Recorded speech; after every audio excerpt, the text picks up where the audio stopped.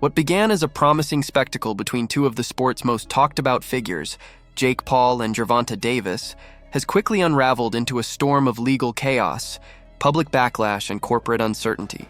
The news broke like a thunderclap.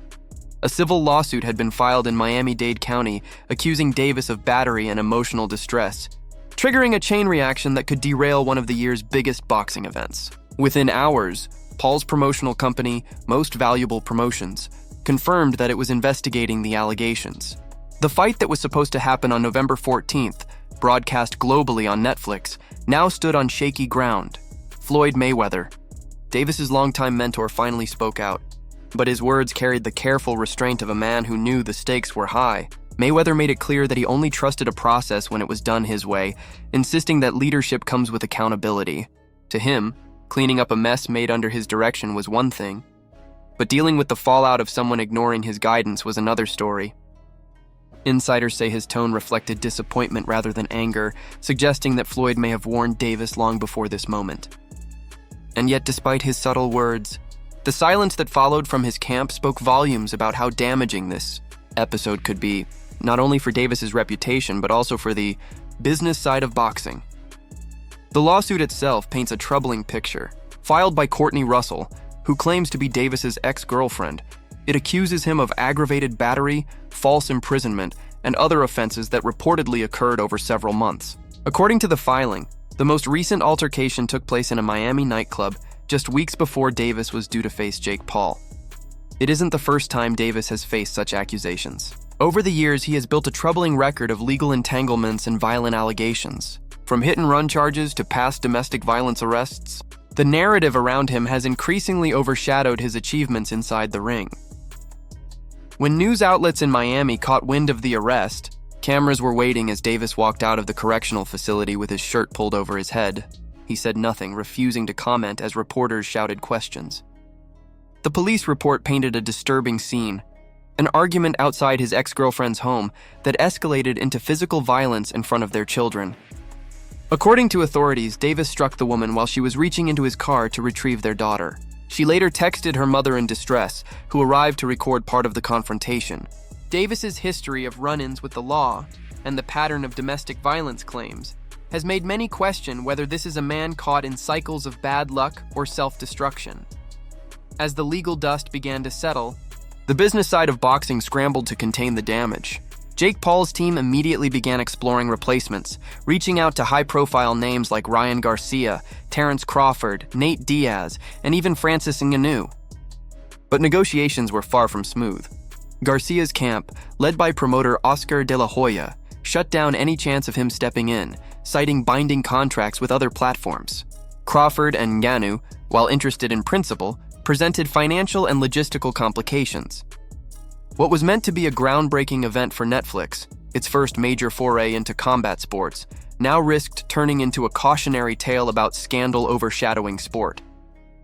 Meanwhile, public opinion began to fracture.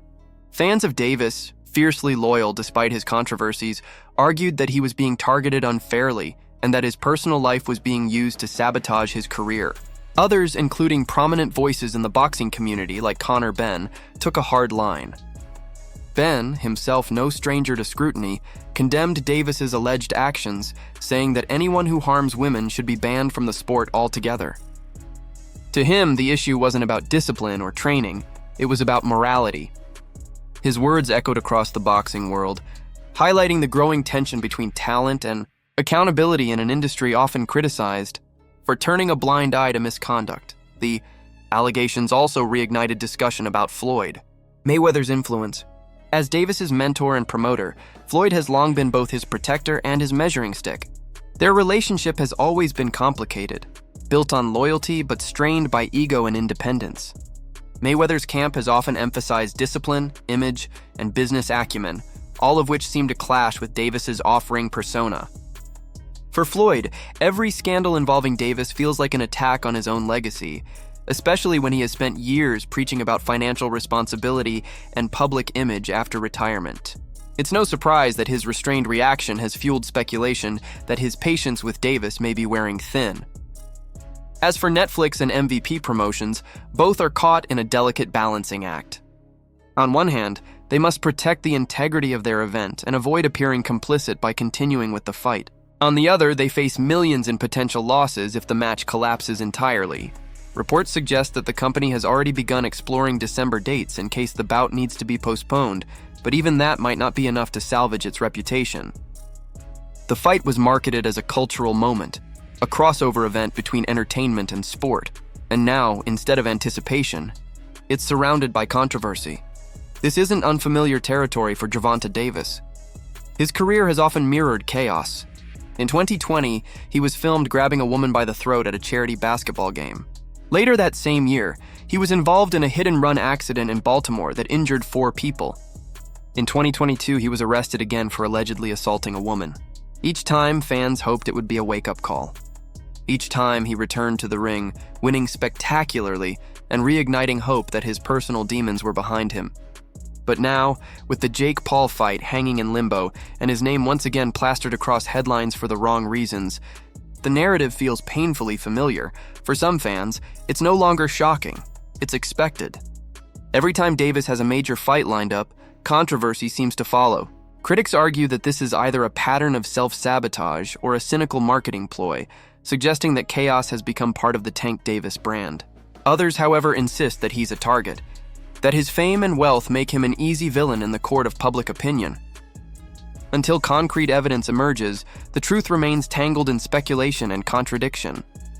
What's certain is that this scandal has already shifted the trajectory of Davis's career. If the fight is officially canceled, it could cost millions in pay-per-view deals, endorsements, and potential future matchups. For Jake Paul, who thrives on spectacle and unpredictability, the situation is frustrating, but not unfamiliar. His entire career has been built on controversy, but even he knows that some scandals cross a line that entertainment can't save. Behind the scenes, Paul's team is reportedly debating whether to hold out for Davis's clearance or move forward with a new opponent to protect their investment and fan trust. The saga has also reignited discussion about violence, fame, and accountability in combat sports. For every fan defending Davis, there's another demanding that boxing draw a moral line. Should athletes accused of domestic violence be allowed to compete until proven guilty? Should promoters and broadcasters have a duty to suspend events until investigations conclude? These aren't new questions, but each scandal like this one pushes the conversation further into the public eye. As it stands, Gervonta Davis is out on bond, his future uncertain, and his once thriving career now shadowed by a familiar darkness. Floyd Mayweather's muted response, Jake Paul's promotional scramble, and the public's divided reaction all converge into one undeniable truth. The sport of boxing is once again forced to reckon with the price of fame and the cost of silence. What happens next will determine more than just one fighter's career.